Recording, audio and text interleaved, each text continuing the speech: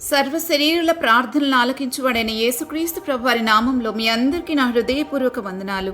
ఈరోజు మన ధ్యానం మత్తయి సువార్త 7వ అధ్యాయం 7వ వచనం నుంచి 12వ వచనం వరకు. ఒకసారి చదువుదామా? 7వ వచనం, అడుగుడి మీకు ఇయ్యబడును, వెతకుడి మీకు దొరుకును.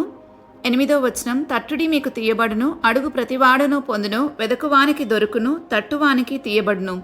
9వ వచనం, మీలో ఏ మనుషుడైనను తన కుమారుడు తన రొట్టెనడిగినడలా వానికి రాతినిచ్చినా, చేపనడిగినడలా పామునిచ్చినా. 10-11 వచనాలు, మీరు చెడ్డవారయుండి మీ పిల్లలకు మంచి ఈవులనియనెరిగి ఉండగా పరలోకమందున్న మీ తండ్రి తన అడుగు వారికి అంతకంటే ఎంతో నిశ్చయముగా మంచి ఈవులనిచ్చును. 12వ వచనం, కావున మనుష్యులు మీకేం చేయవలని మీరు కోరుదురో అలాగనే మీరును వారికి చేయుడి. ఇది ధర్మశాస్త్రమును ప్రవక్తల ఉపదేశమునై ఉన్నది. 7వ వచనంలో చెప్పబడినట్లుగా మనం అడిగితే మనకు ఇవ్వబడుతుందని దేవుని మాట సెలవిస్తూ ఉంది. అయితే దేవుని వాక్యంలో కొన్నిటిని అడగక్కర్లేదు అని చెప్పారు, కానీ కొన్నిటిని అడగాలి అని చెప్పారు. మొదటిగా వేటిని ఎలా అడగకూడదో చూద్దాం. 1, మన భోగేచ్ఛల నిమిత్తం దురుద్దేశంతో అడగకూడదని యాకోబు తన పత్రికలో రాస్తున్నాడు. 2, దేవుని చిత్తానికి వ్యతిరేకంగా అడగకూడదని యోహాను తన పత్రికలో రాశాడు. 3, వేషధారులుగా ప్రార్థించకూడదని యేసుప్రభు మత్తయి సువార్త 6వ అధ్యాయంలో చెప్పారు. 4, విస్తరించి వ్యర్థమైన మాటలు పలకకూడదని అక్కడే యేసుప్రభు వారు అన్నారు. 5, మనం ఇతరులను క్షమించకుండా ప్రార్థించకూడదని మార్కు సువార్త 11వ అధ్యాయంలో ప్రభు చాలా స్పష్టంగా చెప్పారు. 6, విశ్వాసం లేకుండా అడగకూడదు, ఎందుకంటే విశ్వాసం లేకుండా దేవునికి ఇష్టమైనట అసాధ్యం గనక. విశ్వాసం లేకుండా మనం దేవుని నీతిని ఏమాత్రం పొందుకోలేము గనక. ఈ విషయాన్ని కూడా యాకోబు తన పత్రికలో రాస్తున్నాడు. 7, ఆహారము, వస్త్రము ఇలాంటివి కూడా అడగనవసరం లేదు, ఎందుకంటే మన పరలోకమందున్న తండ్రికి తెలుసు మనం బ్రతకాలి అంటే ఇవి ఖచ్చితంగా మనకు కావాలి ఈ భూమి మీద అని. ఈ విషయాన్ని మత్తయి సువార్త 6వ అధ్యాయంలో ప్రభు రాశారు. మన శరీరానికి కావాల్సినవన్నీ ఈ భూమి మీద దొరుకుతాయి, కానీ ఆత్మకి ఆహారం దగ్గర నుండి ఆత్మ సంబంధమైనవన్నీ కూడా పైనుండి రావాల్సిందే. కాబట్టి ఇప్పుడు మనం దేని గురించి ప్రార్థించాలో వాక్యం ఏం చెప్తుందో ఒక్కసారి గమనిద్దాం. మనం ప్రార్థించవలసిన అంశాలేంటో చూద్దాం. 1, పాపక్షమాపణ కొరకు ప్రార్థించాలని మత్తయి సువార్త 6:12లో రాయబడింది. 2, పరిశుద్ధాత్మ శక్తి కొరకు ప్రార్థించాలి అని లూకా సువార్త 11:13, అపోస్తుల కార్యాలు 1:4లో. 3, పైనుండి వచ్చే జ్ఞానం కొరకు అడగమని యాకోబు తన పత్రికలో రాస్తున్నాడు. 4, దేవుని రాజ్యం కోసం. 5, దేవుని చిత్తం మన జీవితంలో జరగాలని. 6, శోధన నుండి దుష్టు నుంచి తప్పించబడాలని. 7, అనుదిన జీవాహారం కోసం. ఇవన్నీ కూడా యేసుప్రభు వారు మత్తయి సువార్త 6వ అధ్యాయంలో చెప్పారు. కాబట్టి మనం ప్రతిరోజు అడిగి పొందుకోవలసిన విషయాలు ఇవి.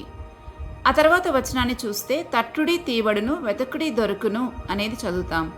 ఈ అంశాన్ని నేను ఎలా అర్థం చేసుకుంటానంటే, కొన్ని మనం అడగితే సరిపోతుంది, అడగగానే మనకు దొరికేస్తాయి, ప్రభు ఇచ్చేస్తారు. కానీ కొన్ని అడగాలి, తట్టాలి, అప్పుడే మనకు దొరుకుతాయి. మరికొన్ని ఉంటాయి, అవి అడగాలి, తట్టాలి, వెతకాలి. ఈ 3 విషయాలు జరిగితేనే మనం వాటిని పొందుకోగలుగుతాం. కాబట్టి వాటిని గురించిన అవగాహన మనకు ఉండాలి.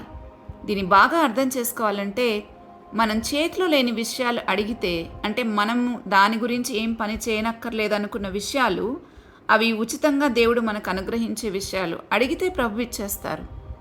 కానీ కొన్ని మనం చేయవలసినవి ఉంటాయి. అక్కడ అడగాలి, తట్టాలి, అంటే ఆ పని కొరకు మనం ప్రయాసపడాలి. మరి కొన్ని విషయాలు ఉంటాయి, అక్కడ అడిగి వాటి కోసం పని చేస్తూ వెతుకుతూ ఉంటే ఖచ్చితంగా వాటిని పొందుకోగలం.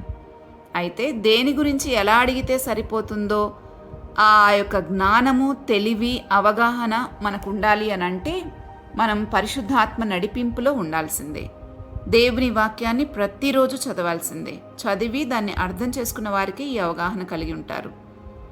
ఇంకా ప్రభు అంటున్నారు ఆ తర్వాత వచనాల్లో, మీరు చెడ్డవారయుండి మంచి వాటిని మీ పిల్లలకి ఇస్తాము అనుకుంటారు, అలాంటిది నీతిమంతుడు, ఏ పాపం లేనటువంటి వాడు, పరిశుద్ధుడైన పరలోకపు తండ్రి తన అడుగు వారికి ఇంకెంత మంచి ఈవులు ఇస్తారు అని చెప్తారు.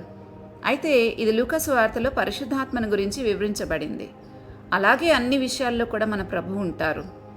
మనము అడిగిన దానికన్నా ఎక్కువగానే ఇస్తారు, కానీ తక్కువైతే ఖచ్చితంగా ఇవ్వరు.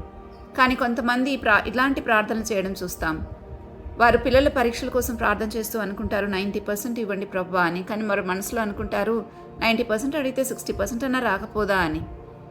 ఇది మీకెలా తెలుసు? వారి హృదయంలో అనుకుంటున్నారు అని అంటే, కొందరు నాతో పంచుకున్న విషయాన్ని బట్టి నేను మీకు ఈరోజు ఈ విషయాన్ని చెప్తున్నాను. కానీ నేనంటాను ఇది చాలా తప్పు అని. ఎందుకంటే ఆయన సామర్థ్యాన్ని మనం తక్కువ చేస్తున్నామని అర్థం. ఆయన ఏం చేయగలడని మీరు నమ్ముతారో అది ఆయన ఖచ్చితంగా చేయగలడు, చేస్తాడు.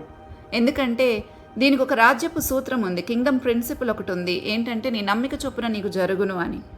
ఇది ఆయన సామర్థ్యాన్ని బట్టి నువ్వు ఎంత నమ్ముతున్నావో, ఆయన ఇంత చేయగలడు అని నువ్వు నమ్మితే ఎంత నమ్ముతున్నావో అంతగా ఆయన చేస్తాడు.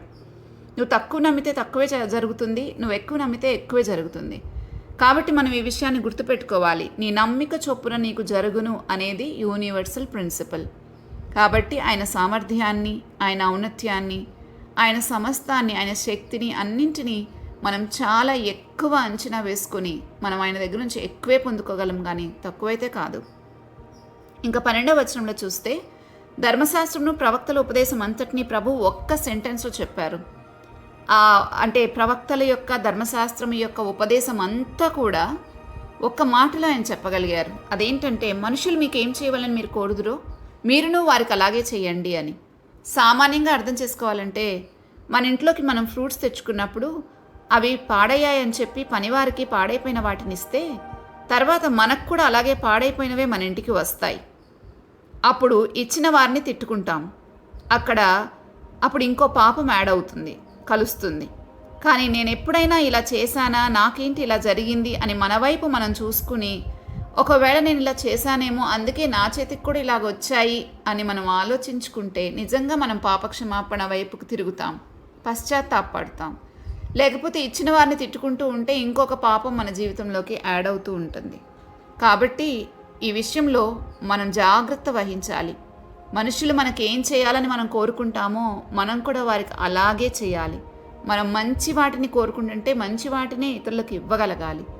ఈ విషయాన్ని గురించి ప్రభు మనకి ఇక్కడ బోధిస్తూ ఉన్నారు. కాబట్టి ప్రతి విషయంలోనూ మన వైపు చూసుకునే మనసు మనకు ఉండాలి. మనకి ఏదైనా జరిగింది అని అంటే ఒక కష్టం, ఒక నష్టం, దాని వెనకాల మనమే కారణం అనేది అర్థం చేసుకోవాలి.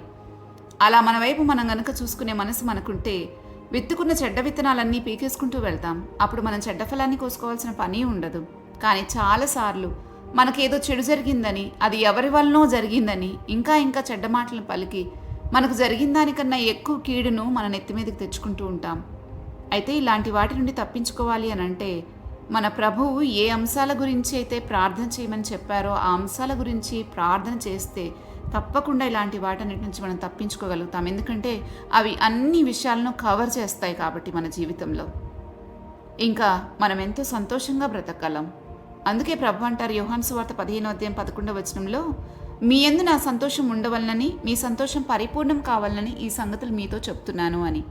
ప్రభు బోధించే ప్రతి బోధలో, ఆయన చెప్పే ప్రతి మాటలో ఆయన మన సంతోషం కోరి, మన క్షేమం కోరి మాట్లాడుతున్నారు. కనుక ఆ మాట ప్రకారం మనం బ్రతికినప్పుడల్లా ఆయన సంతోషం మనలో ఉంటుంది.